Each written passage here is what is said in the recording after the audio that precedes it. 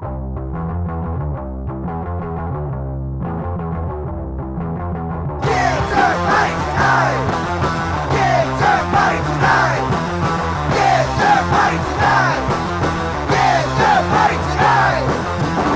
gonna have a Kickturn party tonight. All right. 3, 2, 1. Welcome to Kickturn Party. Welcome back to Kickturn Party. On this episode, we got our good friend Jimmy Leaphart, old buddy of mine. Me and him used to compete together back in like early '80s. So he's been around. Man, this guy knows skate history. He's been around the block. You wouldn't believe. We're out here in Breckenridge, Colorado, and we're gonna talk. So we've been talking all day. We started off talking about the mess series a little bit. Well, before you get going, I think we should point out: Yes. no hair, some hair, plenty of hair. Yeah, exactly. Yeah. Yeah. We're on 3 different levels here. Same fucking age. It's kind of scary. So we were talking earlier about the mess contest. So you started off in Memphis, and you were telling me, we were talking about Brian Sneed. What was that little rhyme you had about Brian? She's so fine, grind, Sneed, grind. Yeah, so we went on this Go trip. Sneed. We went on a skate park trip to Atlanta once and met up with Sneed and his crew. And he said, "Hey, we'll just stay at the same hotel you're staying at." And Good idea. yeah, It was the worst not a good hotel. It was idea. the worst hotel I've ever stayed in. Bullet holes in the. There were bullet holes in the TV. There were I'm hookers surprised there's there. not blood stains in the sheets. Yeah, There were. There were. Somebody had punched out the wall in the shower, and Fucking awesome. and then so we started skating in the parking lot, and the guy came out and ran us off for skating in the parking lot. But the hookers and the crack dealers and everything else, it was They get cool. it. They're fine. Yeah. Yeah. They're doing business. So You don't get kickbacks from skateboarding and curb grinds. exactly. So you started off in Memphis, and then you moved around a bunch. I remember competing with you at South Carolina, the mess contest. That was one of the first times. I think also we rode together at the grass contest, Georgia Ramp Amateur Skate At Russ Series. Mullis's place. At Russ Mullis's place. Oh, that was a freaking great contest. That was a good one. I did a sweeper over their 4-foot channel. Brian ran into a tree. Yes, he flew off the ramp into the tree and actually had bark impaled into his body. I saw it with my own eyes. Exactly. Oh, God. And everybody was at I've got pictures of Monty Nolder at that contest. Everybody was there. So It was the roots of the Southeast coming up as we did. yeah. As we And you were a original ranchero. You lived in No, I was a guest ranchero. I actually was born in Atlanta. Yeah. And lived in South Carolina at the time then, and traveled to Atlanta at least once, if not twice a month right for years. And once the skate zone was built, I was there Yeah. every week until Charleston was built, and then they didn't see me anymore for a long time. Yeah. Oh, when the hangar was built. Yes. Right. You know, I never got to skate the hangar. I'm so pissed about that. It's still there. It's beautiful. Yeah, It's fully new layered. It's got a brand new skate light layer that Yeah, Skate yeah. Light donated to us. 33 sheets, I believe. Damn. Couple $1,000. So, I'd like to go back just Yeah. to the Go whole ahead. mess series thing. So Sure. unfortunately, I was not a part of that, but I've heard so many legendary stories. B&P ramp, baby. Nobody is ever going to have that experience again. So if you could explain in a nutshell or in a simple paragraph what the mess series was It for was- skateboarding and what it did for skateboarding. It was only 300 people on the entire East Coast that rode ramps. 150 of them would show up for one of these contests, and we'd have a great time, and 50 of those people moved to California and made the skate industry. True. Including Brian Ridgway and many, many others. Mike Hill, the whole Alien Workshop Yes, guys, yes. Ridgway, Joe Bowers, Roscoe, there was Martin Jimenez, Wrigley.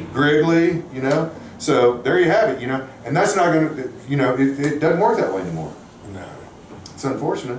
And we used to have, it was a great time. It was much more underground, much more roots, much more unincorporated. The skateboard industry hadn't blossomed yet to make the money that they could rob all the skaters. Exactly. And I wouldn't be sitting here talking to this guy right now.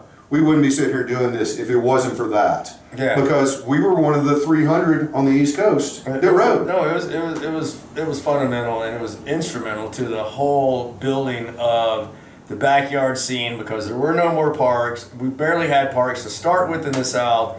And once Huntsville was gone, it was pretty much every man for themselves. Yeah. Oh, yeah, exactly. It was like, you know, what construction site are you going to hit to get a bunch of plywood? You know, I've been arrested several times for stealing wood. I'm proud of it. So, you know, where's the next 6-hour drive you're going to make to go to some guy's farm or his backyard, and his mom and dad are going to be kind of a little bit tweaked because all of a sudden there's, you know, 100 people in his backyard just If you build it, they raising will hell. show. Yeah, and that's what it was. You know, and it's definitely quite a bit different these days. That's for sure. So after the Mess series and all that, and you were in Charleston, you know, hanging with Blaze, those guys. Mm-hmm. Blaze, R.I.P., rest in peace. Great guy. He lived in Knoxville for a while, hung out with us quite a bit. Oh, I know. He stuck his finger in the fish tank, got bit by the prawn. I laughed my ass off at that one. That's right. That's on video out on the internet somewhere. So if you can find that, kids, it might actually be on one of our previous Kickturn Party episodes, the Blaze Bluin episode, maybe, but I'm not going to tell you where it's at.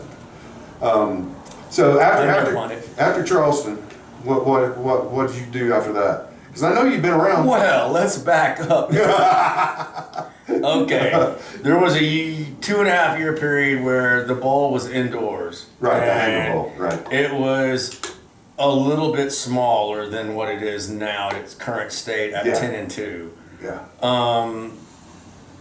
We had the opportunity to move the ramp, and fortunately I had enough money to pay for it to be moved to my friend's land on Johns Island, South Carolina. Right. And it still presides there today, and it's better than ever, stronger than ever, and we basically took over the Southeast scene to a degree that anybody that came to our jams was humbled.